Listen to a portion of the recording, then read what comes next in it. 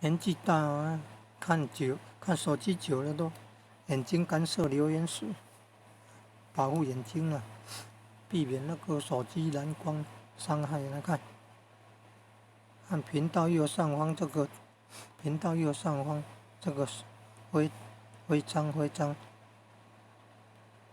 按设定，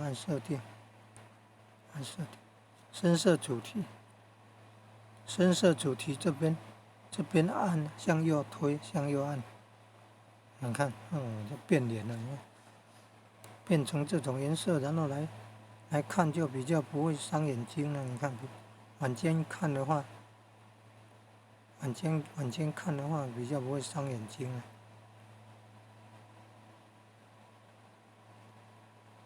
减少线光啊，看看可以减少那个眼睛干涉流眼水的现象。